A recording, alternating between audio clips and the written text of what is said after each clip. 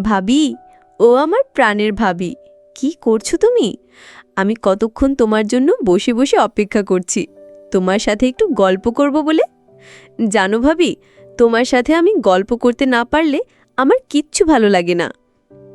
কথাগুলো বলছিল আমার কিউট একটা দেবর, যাকে আমি অনেক অনেক বিশ্বাস করতাম।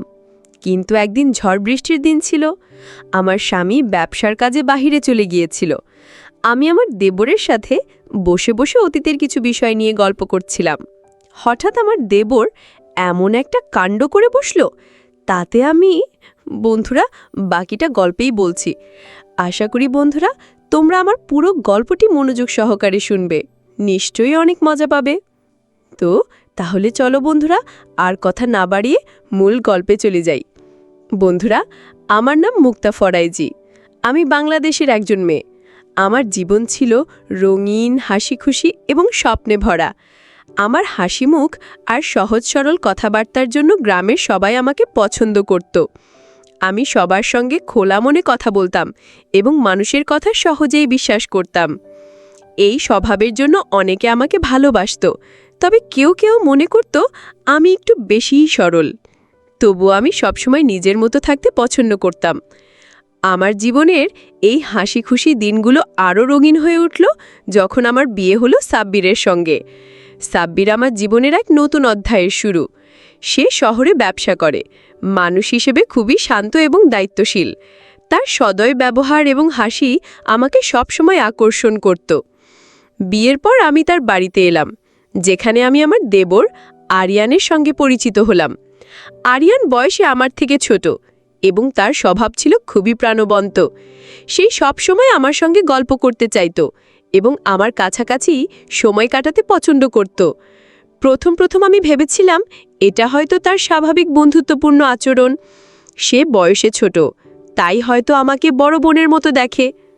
কিন্তু কিছুদিন যাওয়ার পর আমি লক্ষ্য করলাম আরিয়ানের কথাবার্তা এবং মনোযোগ কিছুটা অস্বাভাবিক মনে হচ্ছে। তার কথাই মাঝে মাঝে এমন কিছু ইঙ্গিত থাকত যা আমাকে ভাবিয়ে তুলত। আমি মনে মনে ভাবতাম তারই আচরণের পেছনে কী কারণ থাকতে পারে। আমি সাব্বিরের কাছে আরিয়ানের আচরণের কথা জানানোর চেষ্টা করেছিলাম, কিন্তু সাব্বির তার ছোট ভাইকে খুব ভালোবাসে এবং তার ওপর পূর্ণ ভরসা করে। সে বলতো, মুক্তা, আরিয়ান তো ছেলে মানুষ, ওর মনে কোনো খারাপ চিন্তা থাকতে পারে না, ও তোমাকে বড় বোনের মতোই সম্মান করে। সাব্বিরের কথায় আমার মন আরও দ্বিধায় পড়ে গেল। আমি কি তবে ভুল বুঝছি, নাকি আরিয়ানের আচরণের পেছনে সত্যিই কিছু আছে? আমি ঠিক করলাম আমাকে আরও সতর্ক হতে হবে। একদিন সকালে সাব্বির যখন তার ব্যবসার কাজে শহরে গিয়েছিল, আরিয়ান আমার কাছে এসে বলল, ভাবি, তুমি সবসময় এত চিন্তিত থাকো কেন? চলো বাগানে একটু বসে গল্প করি। আমি তার কথা হালকা হেসে বললাম, আরিয়ান, আমার অনেক কাজ আছে, তুমি বরং তোমার বন্ধুদের সঙ্গে সময় কাটাও। কিন্তু সে হাসি মুখে বলল, ভাবি, তুমি আমার সঙ্গে কথা বলতে চাও না কেন? আমি কি তোমার কাছে বিরক্তিকর? আমি শান্তভাবে উত্তর দিলাম, না আরিয়ান, তুমি বিরক্তিকর নও, আমি শুধু একটু ব্যস্ত। আরিয়ানের এই ধরনের কথাবার্তা আমাকে ক্রমশ অস্বস্তিতে ছেড়ছিল। সে যখনই সুযোগ পেত আমার সঙ্গে বেশি সময় কাটানোর চেষ্টা করত। একদিন বিকেলে বাড়িতে কেউ না থাকার সুযোগে সে আমার কাছে এসে বলল, ভাবি, তোমার বইগুলো খুব সুন্দরভাবে সাজানো, আমাকে একটা বই পড়তে দাও না? আমি দ্রুত বললাম, আরিয়ান, তুমি নিজে বই বেছে নিতে পারো, আমি এখন একটু ব্যস্ত। আমি তাকে স্পষ্ট করে বুঝিয়ে দিতে চাইলাম যে আমি তার সঙ্গে অযথা সময় কাটাতে চাই না। আমার মনের মধ্যে একটা দ্বন্দ্ব চলছিল। আরিয়ানের আচরণের পেছনে কী উদ্দেশ্য থাকতে পারে তা আমি বুঝতে পারছিলাম না। তার কথাবার্তা আমাকে ভাবিয়ে তুলছিল। আমি ঠিক করলাম আমাকে আরও সাবধানে থাকতে হবে। আমি সাব্বিরের সঙ্গে এই বিষয়ে খোলাখুলি কথা বলার জন্য অপেক্ষা করছিলাম। কিন্তু সাব্বির বাড়িতে থাকলে আরিয়ান হঠাৎ স্বাভাবিক হয়ে যেত, যা আমাকে আরও বিভ্রান্ত করছিল। দিনগুলো এভাবেই কাটছিল। আমি আরিয়ানের আচরণের পেছনের কারণ বোঝার চেষ্টা করছিলাম। তার প্রতিটি কথা আমাকে নতুন করে ভাবিয়ে তুলছিল। আমার মনে হচ্ছিল তার এই সব কিছুর পেছনে কিছু একটা রহস্য আছে যা আমি এখনও বুঝতে পারিনি। দিনগুলো দ্রুত পার হচ্ছিল। আরিয়ানের আচরণে নিয়ে আমার মনে সন্দেহ ক্রমশ বাড়ছিল। সে যখনই আমার সঙ্গে কথা বলতো, তার কথায় একটা অতিরিক্ত মনোযোগ থাকত, যেন সে আমার সঙ্গে বেশি সময় কাটাতে চায়। আমি তার আচরণের পেছনের উদ্দেশ্য বুঝতে পারছিলাম না। আমি চেষ্টা করতাম তার সঙ্গে দূরত্ব বজায় রাখতে, কিন্তু আরিয়ান যেন সবসময় আমার সঙ্গে কথা বলার সুযোগ খুঁজত। তার প্রাণবন্ত স্বভাব আমাকে কিছুটা অস্বস্তিতে ফেলত। আমি মনে মনে ভাবতাম, তার এই আচরণের কারণ কি হতে পারে। একদিন সকালে আমি রান্নাঘরে কাজ করছিলাম। সাব্বির শহরে তার ব্যবসার কাজে গিয়েছিল। বাড়িতে আমি একা। হঠাৎ আরিয়ান এসে বলল, ভাবি, তুমি সবসময় এত কাজ করো কেন? একটু বাইরে এসো না। ভাবি, আমাদের বাড়ির সামনে ফুলের বাগানে কি সুন্দর সুন্দর ফুল ফুটেছে, চলো না দেখে আসি। আমি উত্তর দিলাম, না ভাই, এখন যাওয়া যাবে না। বাসায় আমার অনেক কাজ আছে, তুমি বরং তোমার বন্ধুদের সঙ্গে সময় কাটাও। সে হাসি মুখে বলল, ভাবি, আমি শুধু তোমার সঙ্গে একটু গল্প করতে চাই। তার কথায় আমি কিছুটা অস্বস্তি বোধ করলাম, তবে আমি নিজেকে সামলে নিয়ে কাজে মন দিলাম। আমি ঠিক করলাম আরিয়ানের সঙ্গে আরও স্পষ্টভাবে কথা বলা দরকার।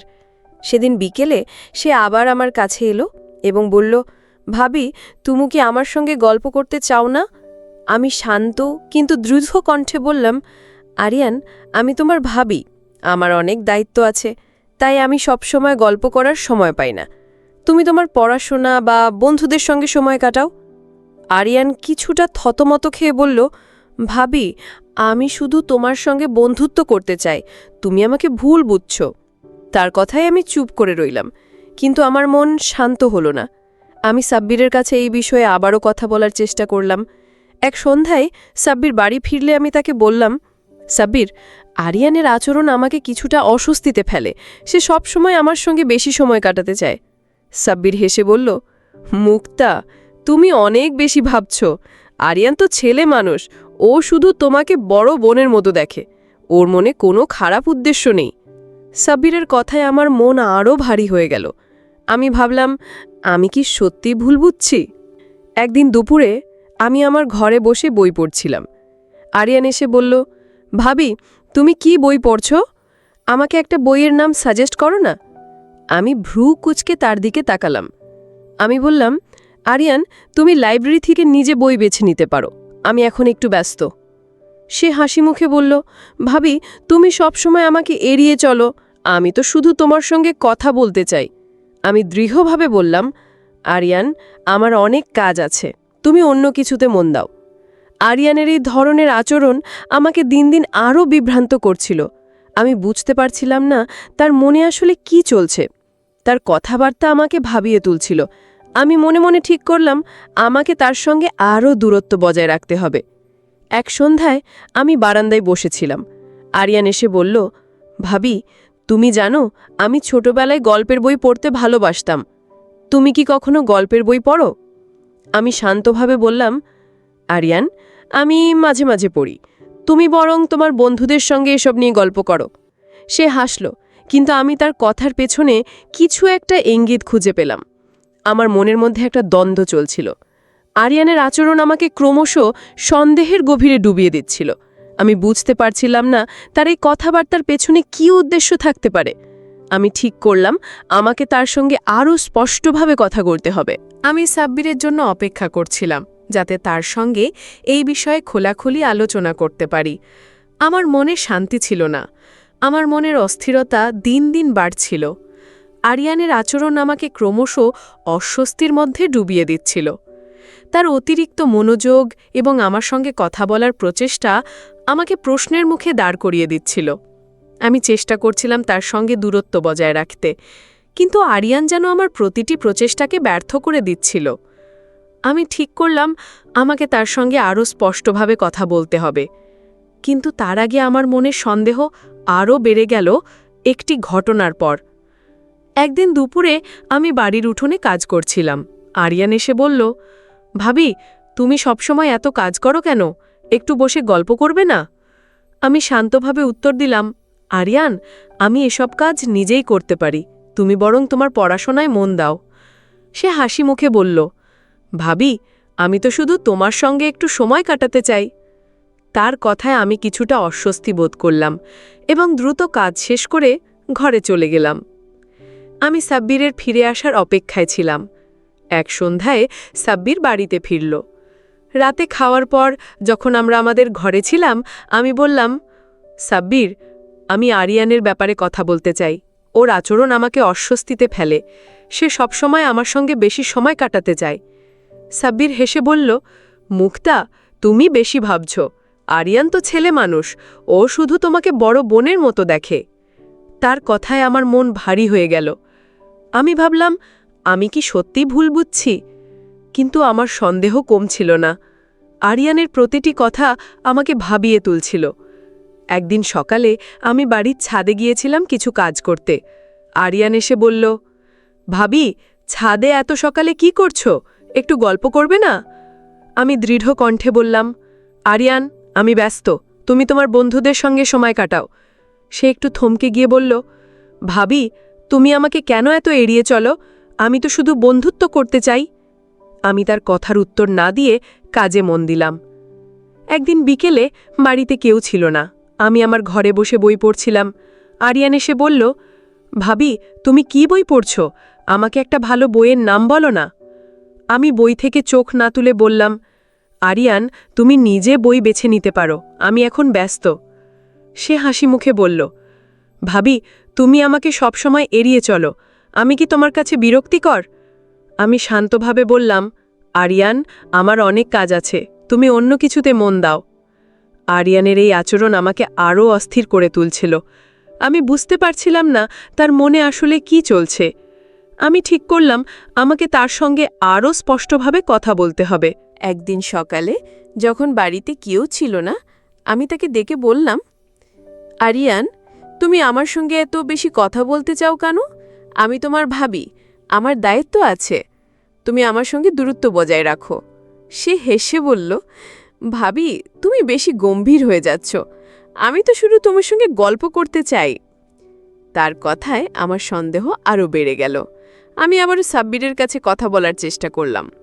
এক রাতে যখন আমরা বারান্দায় বসেছিলাম, আমি বললাম, সাব্বির, আমি আরিয়ানের ব্যাপারে সত্যিই চিন্তিত।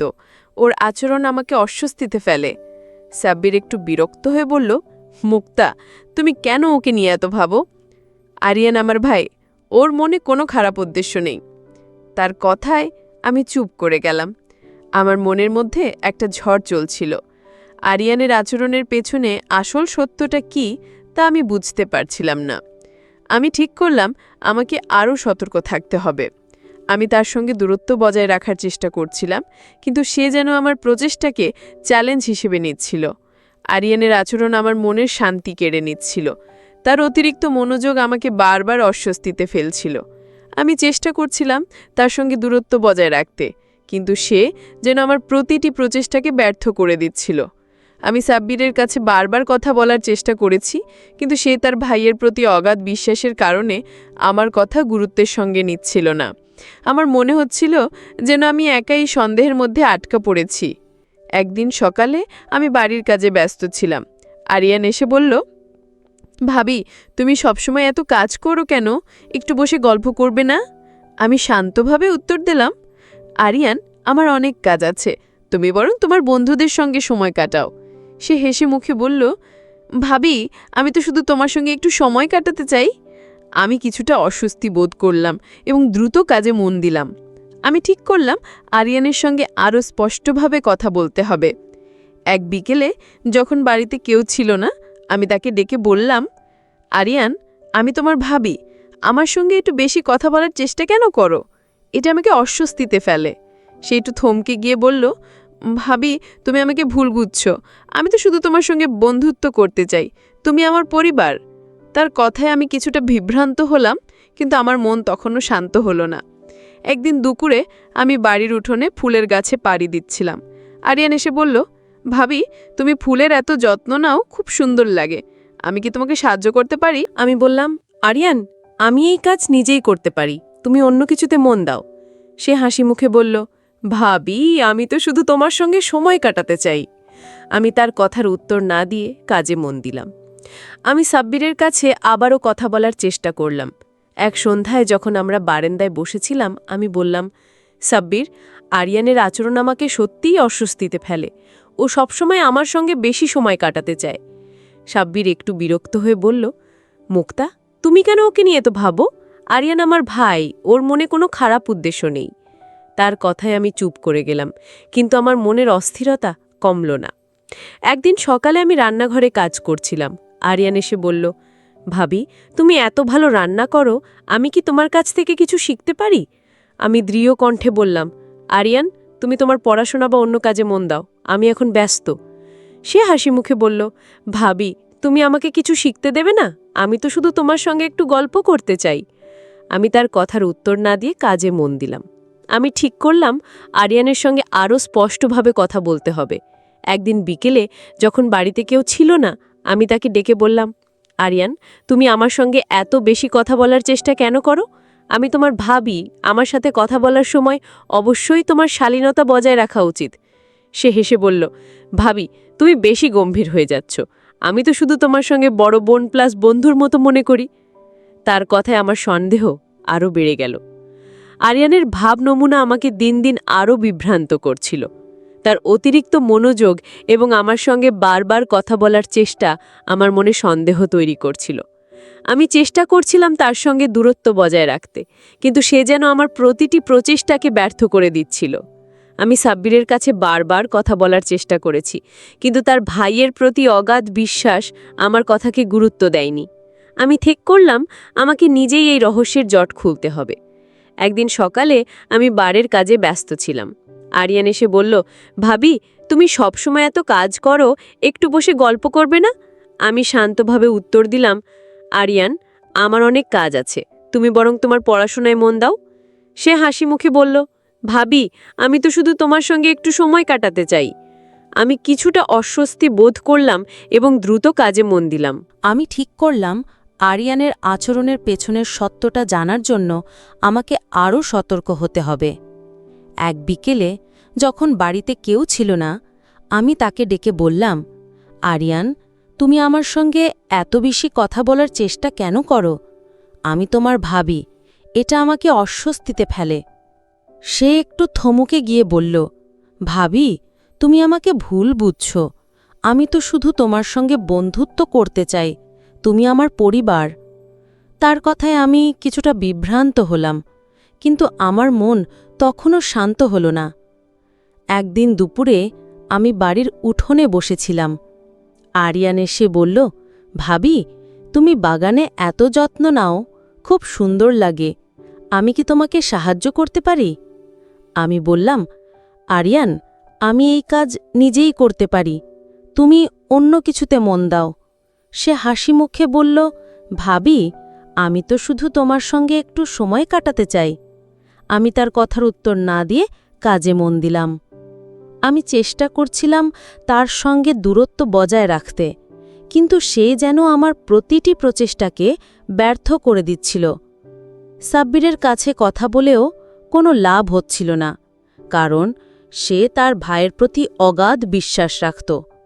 আমি ঠিক করলাম আমাকে নিজেই এই রহস্যের সমাধান করতে হবে। একদিন সকালে আমি বাড়ির বাগানে কাজ করছিলাম। আরিয়ান এসে বলল, ভাবি, তুমি বাগানে এত যত্ন নাও, খুব সুন্দর লাগে। আমি কি তোমাকে সাহায্য করতে পারি? আমি বললাম, আরিয়ান, আমি এই কাজ নিজেই করতে পারি, তুমি বরং তোমার পড়াশোনায় মন দাও। সে হাসি মুখে বলল, ভাবি, আমি তো শুধু তোমার সঙ্গে একটু সময় কাটাতে চাই। আমি কিছুটা অস্বস্তি বোধ করলাম এবং কাজে মন দিলাম।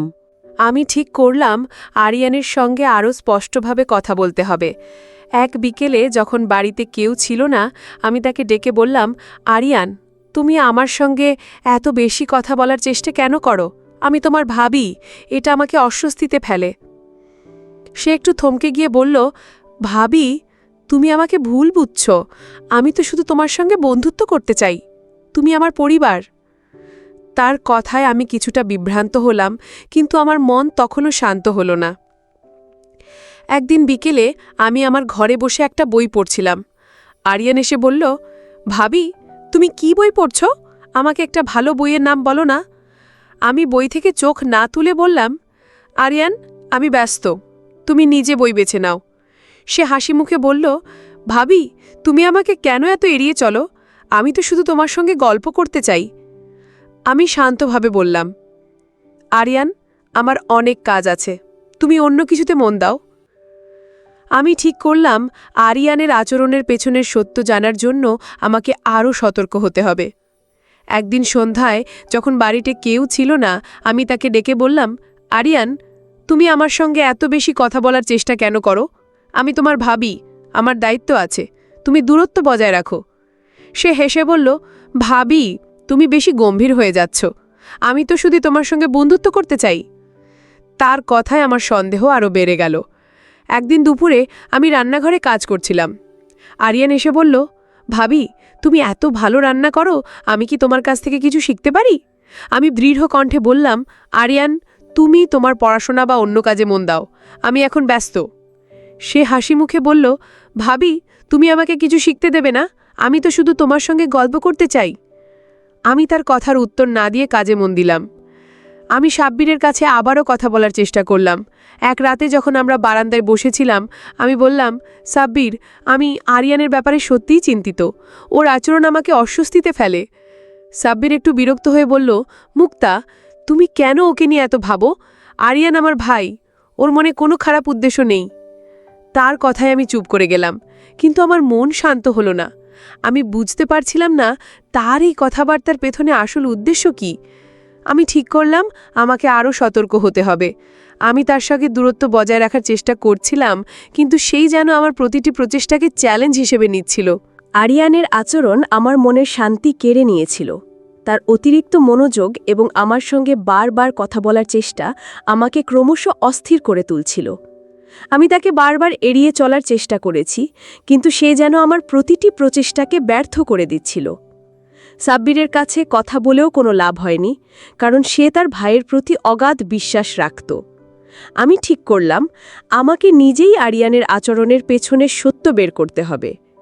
একদিন সকালে আমি বাড়ির বারান্দায় বসে চা খাচ্ছিলাম। আরিয়ান এসে বলল, ভাবি, তুমি এত সকালে উঠে কি করো? একটু গল্প করবে না? আমি শান্তভাবে উত্তর দিলাম, আরিয়ান, আমি একটু একা থাকতে চাই, তুমি বরং তোমার পড়াশোনায় মন দাও। সে হাসি মুখে বলল, ভাবি, আমি তো শুধু তোমার সঙ্গে একটু সময় কাটাতে চাই। আমি কিছুটা অস্বস্তি বোধ করলাম এবং চায় মন দিলাম। আমি ঠিক করলাম আরিয়ানের মনের কথা জানার জন্য আমাকে আরও সতর্ক হতে হবে। একদিন দুপুরে বাড়িতে কেউ ছিল না। আমি ইচ্ছা করে একটু বেশি সময় বারান্দায় বসলাম, যাতে দেখি আরিয়ান কিভাবে প্রতিক্রিয়া দেখায়। সে এসে বলল, ভাবি, তুমি আজ বারান্দায় অনেকক্ষণ বসে আছো, কিছু ভাবছ? আমি শান্তভাবে বললাম, আরিয়ান, আমি শুধু একটু বিশ্রাম করছি, তুমি আমার সঙ্গে এত কথা বলতে চাও কেন? সে একটু থমকে গিয়ে বলল, ভাবি, তুমি আমাকে ভুল বুঝছ, আমি তো শুধু তোমার সঙ্গে বন্ধুত্ব করতে চাই, তুমি আমার পরিবার। আমি দৃঢ় কণ্ঠে বললাম, আরিয়ান, আমি তোমার ভাবি, আমার সঙ্গে দূরত্ব বজায় রাখো। একদিন বিকেলে আমি বাড়ির উঠোনে বসেছিলাম। আরিয়ান এসে বলল, ভাবি, তোমার বাগানের ফুলগুলো খুব সুন্দর হয়েছে, আমি কি তোমাকে কিছু সাহায্য করতে পারি? আমি বললাম, আরিয়ান, আমি এই কাজ নিজেই করতে পারি, তুমি অন্য কিছুতে মন দাও। সে হাসি মুখে বলল, ভাবি, আমি তো শুধু তোমার সঙ্গে সময় কাটাতে চাই। আমি তার কথার উত্তর না দিয়ে কাজে মন দিলাম। আমি সাব্বিরের কাছে আবারও কথা বলার চেষ্টা করলাম। এক রাতে যখন আমরা ঘরে বসেছিলাম, আমি বললাম, সাব্বির, আমি আরিয়ানের ব্যাপারে সত্যিই চিন্তিত, ওর আচরণ আমাকে অস্বস্তিতে ফেলে। সাব্বির একটু বিরক্ত হয়ে বলল, মুক্তা, তুমি কেন ওকে নিয়ে এত ভাবো? আরিয়ান আমার ভাই, ওর মনে কোনো খারাপ উদ্দেশ্য নেই। তার কথায় আমি চুপ করে গেলাম, কিন্তু আমার মন শান্ত হলো না। আমি ঠিক করলাম আরিয়ানের আচরণের পেছনের সত্য জানার জন্য আমাকে আরও কৌশলী হতে হবে। একদিন সন্ধ্যায় যখন বাড়িতে কেউ ছিল না, আমি তাকে ডেকে বললাম, আরিয়ান, তুমি আমার সঙ্গে এত বেশি কথা বলার চেষ্টা কেন করো? তুমি কি কিছু লুকোচ্ছ? সে হেসে বলল, ভাবি, তুমি বেশি গম্ভীর হয়ে যাচ্ছ, আমি তো শুধু তোমার সঙ্গে বন্ধুত্ব করতে চাই। তার কথায় আমার সন্দেহ আরও বেড়ে গেল। আমার মনের মধ্যে একটা ঝড় চলছিল। আরিয়ানের আচরণ আমাকে ক্রমশ আরও গভীর রহস্যের দিকে ঠেলে দিচ্ছিল। আমি বুঝতে পারছিলাম না তার এই কথাবার্তার পেছনে আসল উদ্দেশ্য কি। আমি ঠিক করলাম আমাকে আরও সতর্ক হতে হবে। আমি তার সঙ্গে দূরত্ব বজায় রাখার চেষ্টা করছিলাম, কিন্তু সে যেন আমার প্রতিটি প্রচেষ্টাকে চ্যালেঞ্জ হিসেবে নিচ্ছিল। আমি জানতাম এই গল্পের পেছনে কিছু একটা রহস্য আছে, আর আমাকে সেই সত্যটা খুঁজে বের করতেই হবে। আরিয়ানের আচরণ আমাকে এতটাই অস্থির করে তুলেছিল যে আমি আর চুপ করে থাকতে পারছিলাম না। তার অতিরিক্ত মনোযোগ এবং আমার সঙ্গে বারবার কথা বলার চেষ্টা আমার মনে একটা গভীর সন্দেহ তৈরি করেছিল। সাব্বিরের কাছে বারবার কথা বলেও কোনো লাভ হয়নি, কারণ সে তার ভাইয়ের প্রতি অগাধ বিশ্বাস রাখত। আমি ঠিক করলাম এবার আমাকে নিজেই এই রহস্যের সমাধান করতে হবে। আমি আরিয়ানের আচরণের পেছনের সত্য জানার জন্য একটি পরিকল্পনা করলাম। একদিন বিকেলে বাড়িতে কেউ ছিল না। আমি ইচ্ছা করে বারান্দায় বসে একটু সময় কাটালাম, যাতে দেখি আরিয়ান কিভাবে প্রতিক্রিয়া দেখায়। সে এসে বলল, ভাবি, তুমি বারান্দায় বসে কি ভাবছ? একটু গল্প করবে না? আমি শান্তভাবে বললাম, আরিয়ান, আমি শুধু একটু বিশ্রাম করছি। তুমি আমার সঙ্গে এত কথা বলতে চাও কেন? সে একটু থমকে গিয়ে বলল, ভাবি, তুমি আমাকে ভুল বুঝছ। আমি শুধু তোমার সঙ্গে বন্ধুত্ব করতে চাই। তুমি আমার পরিবার। আমি দৃঢ় কণ্ঠে বললাম, আরিয়ান, আমি তোমার ভাবি। আমার সঙ্গে দূরত্ব বজায় রাখো। এখন বলো, তুমি কি কিছু লুকোচ্ছ? আরিয়ান একটু ইতস্তত করে বলল, ভাবি, আমি একটা ভুল করে ফেলেছি। তোমার কাছে বা ভাইয়ের কাছে কিভাবে বলবো বুঝতে পারছি না। আমি অবাক হয়ে বললাম, কি ভুল? এখনও তো কিছুই হয়নি। তুমি কি বলতে চাও? সে মাথা নিচু করে বলল, ভাবি, তুমি যা ভাবছ তা ভুল। আমার তোমার প্রতি কোনো খারাপ উদ্দেশ্য নেই। আমি আসলে একটা বিষয় নিয়ে খুব টেনশনে আছি। আমি বললাম, আরিয়ান, আমি থাকতে তোমার কিসের টেনশন? নিশ্চিন্তে বলল। আরিয়ান একটু দ্বিধা করে বলল, ভাবি, আমি তোমার ছোট বোন তাহমিনার সঙ্গে 1 সপ্তাহ আগে গোপনে বিয়ে করে ফেলেছি। তার কথা শুনে আমি যেন অবাক হয়ে গেলাম। তাহমিনা আর আরিয়ান? আমি কখনো কল্পনাও করিনি তারা এমন কিছু করবে। আমি অবাক হয়ে বললাম, তাহমিনা? তুমি আর তাহমিনা? এটা কিভাবে হলো? আরিয়ান বলল, ভাবি, আমরা দুজন দুজনকে অনেক দিন ধরে পছন্দ করি, কিন্তু আমি জানতাম তুমি আর ভাই এটা সহজে মেনে নেবে না। তাই আমি তোমার সঙ্গে কাছাকাছি থাকার চেষ্টা করছিলাম, যাতে তোমার সমর্থন পাই। আমি চাই তুমি আমাদের বিয়েটা মেনে নাও। আমি কিছুক্ষণ চুপ করে থাকলাম। আরিয়ানের এই কথা আমার সব সন্দেহ দূর করে দিল। আমি ভেবেছিলাম তার আমার প্রতি অন্য কোনো উদ্দেশ্য আছে, কিন্তু সে আসলে আমার ছোট বোনের প্রতি ভালোবাসাই এতটা আন্তরিক ছিল। আমি বললাম, আরিয়ান, তুমি আমাকে এতদিন এটা বলনি কেন? আমি তোমাকে ভুল বুঝেছি। সে মাথা নিচু করে বলল, ভাবি, আমি ভয় পাচ্ছিলাম। আমি জানতাম না তুমি বা ভাই এটা কিভাবে নেবে। তাই তোমার সঙ্গে কাছাকাছি থাকার চেষ্টা করছিলাম, যাতে তুমি আমাকে বিশ্বাস করো। আমি হেসে বললাম, আরিয়ান, তুমি এটা আগে বললেই পারতে। আমি তোমাদের বিয়ে মেনে নেব, কিন্তু এটা সাব্বির আর আমার পরিবারের কাছে বোঝানোর দায়িত্ব আমার। আরিয়ানের চোখে একটা স্বস্তির হাসি ফুটে উঠল। সে বলল, ভাবি, তুমি যদি আমাদের পাশে থাকো, আমি জানি সব ঠিক হয়ে যাবে। আমি তাকে আশ্বাস দিয়ে বললাম, চিন্তা করো না, আমি সব ম্যানেজ করব। পরের কয়েকদিন আমি সাব্বির আর আমার পরিবারের সঙ্গে কথা বললাম। প্রথমে সাব্বির একটু অবাক হলেও আরিয়ান আর তাহমিনার ভালোবাসার কথা শুনে সে তাদের সম্পর্ক মেনে নিল। আমার পরিবারও তাহমিনার সুখের কথা ভেবে তাদের সম্পর্কে সম্মতি দিল।